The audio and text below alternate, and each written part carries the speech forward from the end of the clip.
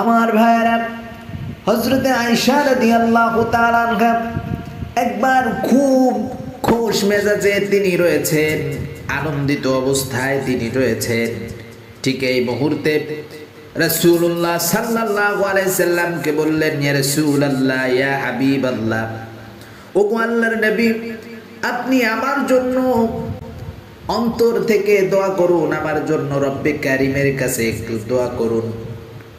আল্লাহ রাসূল সাল্লাল্লাহু আলাইহি ওয়াসাল্লাম রব্বুল আলামিনের কাছে তখন দোয়া করলেন, ওগো রব, আমার আয়েশা পূর্বে যত গুনাহ করেছে সব গুনাহ তুমি মাফ করে দাও।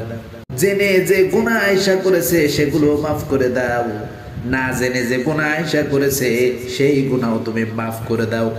বুঝে যে গুনাহ আয়েশা করেছে সেই গুনাহ তুমি মাফ করে দাও। আয়েশা না বুঝে যত গুনাহ করেছে আল্লাহ, সেই গুনাহও তুমি মাফ করে দাও। আয়েশা রাদিয়াল্লাহু তাআলা আনহা এই দোয়া শুনে অত্যন্ত খুশি হয়ে গেলেন। রাসূলুল্লাহ সাল্লাল্লাহু আলাইহি ওয়াসাল্লাম বললেন, ওগো আয়েশা, তোমার জন্য দোয়া করেছি, তুমি খুশি হয়েছো নাকি রে আয়েশা?